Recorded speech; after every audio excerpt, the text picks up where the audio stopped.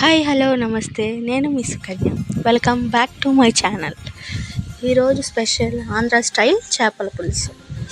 ఈ కర్రీని మనం ఎలా చేసినా చాలా రుచికరంగా వచ్చే విధంగా మనం సింపుల్గా చేసుకుందాం. ప్రాసెస్లోకి వెళ్ళిపోతే, ఒక కడాయి తీసుకొని క్లీన్ చేసి ముక్కలు చేసినటువంటి చేపలను తీసుకొని 3 టేబుల్ ఆయిల్ని తీసుకోవాలి. అలాగే 2 టేబుల్ స్పూన్ కారాన్ని, 1 టేబుల్ స్పూన్ పసుపుని, అలాగే సరిపడినంత ఉప్పును తీసుకోవాలి. అలాగే కర్రీ అనేది మంచి టేస్ట్ రావడానికి ఫిష్ మసాలాని వేసుకోవాలి.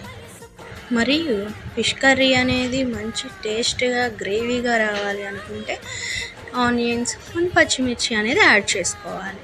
నేను పేస్ట్ని యాడ్ చేసుకుంటున్నాను. మీకు కావాలి అనుకుంటే కట్ చేసి అయినా వేసుకోవచ్చు. ఈ మసాలా అనేది ముక్కకు పట్టే వరకు మంచిగా కలుపుకుంటూ ఉండాలి. నువ్వు ఎంత ఎక్కువసేపు కలిపితే ముక్క అనేది అంత సాఫ్ట్, అంత జ్యూసీగా వస్తుంది. మసాలా అనేది ముక్కకు పట్టిన తర్వాత 10 నిమిషాల పాటు పక్కన పెట్టుకుందాం.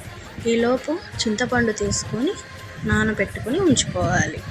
మెత్తగా నానిటువంటి చింతపండును తీసుకొని మెత్తగా పితుక్కొని ఆ రసం అనేటువంటిది ముక్కల్లో దిగే విధంగా పోసుకోవాలి. కలుపుకొని మూత పెట్టుకొని పొయ్యి మీద పెట్టుకోవాలి. 10 నిమిషాల తర్వాత చేపల పులుసు మరుగుతూ ఉండగా మెంతి పొడి వేసుకోవాలి. అలాగే ఫిష్ మసాలాను కూడా వేసుకోవాలి. నేనైతే మ్యారినేషన్ ప్రాసెస్లో వెల్లుల్లి పేస్ట్ మర్చిపోయాను. మీరు ముందుగా యాడ్ చేసుకోండి. చేపల పులుసును గంటి పెట్టకుండా తిప్పుకోవాలి. గంటి పెట్టామంటే ముక్క అనేది ముక్కగా రాదు, కాబట్టి చేత్తో తిప్పుకోవాలి. ఎప్పుడైనా సరే చేపల కూరలో పులుపు ఎక్కువగా ఉండాలి. ఈ కర్రీ మీకు నచ్చినట్లయితే లైక్ చేసి సబ్స్క్రైబ్ చేసుకోండి.